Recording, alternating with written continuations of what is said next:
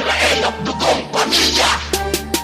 Unang bitaw ko pala dito sa mikropono, parang gumahasa ng dalaga na libre sa kanto. Mga nilalaman ng utak na nanggaling sa diksyonaryo. Mawawala ang angas mo pag narinig mo ang veterano. At yung mga nagtatangkang mga buraw tay inggitero, naghihintay lang kayo na si Ego'y magretiro. At humawak ng mikropono sa akin ipagduelo, para malaman ang lahat kung sino sa ating may talino. At ilagay mo sa isipan mo na di mo ko kaya, sa kulit mo palang ay di mo na magagaya. Huwag ka nang mag-aksaya pa ng ilang taon, magsulat ka na magsulat, ikaw pa rin mababaon. Dumating man ang unos, taglagas at tagulan, ang utak mo pa rin boy, wala pa rin laman. Halika na nga dito, ipabalama mo ang palupitan, para malaman mo na kung sino malabis na balagtasan. Ito ang mga liriko na sa inyo ipaparinig, isinalang sa mikropono para kayo ay madaig. At sisimulan kong yumanig sa palupitan ng bitaw.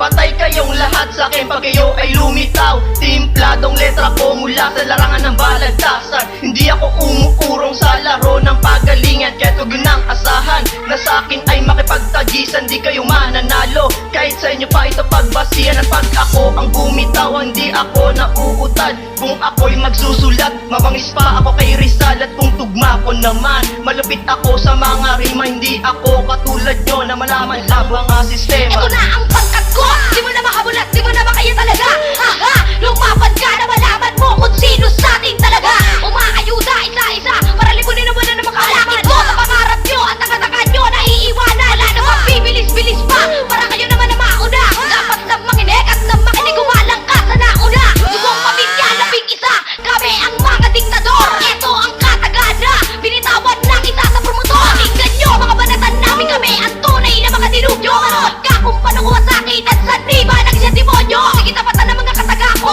na malaman na nila kung sino ang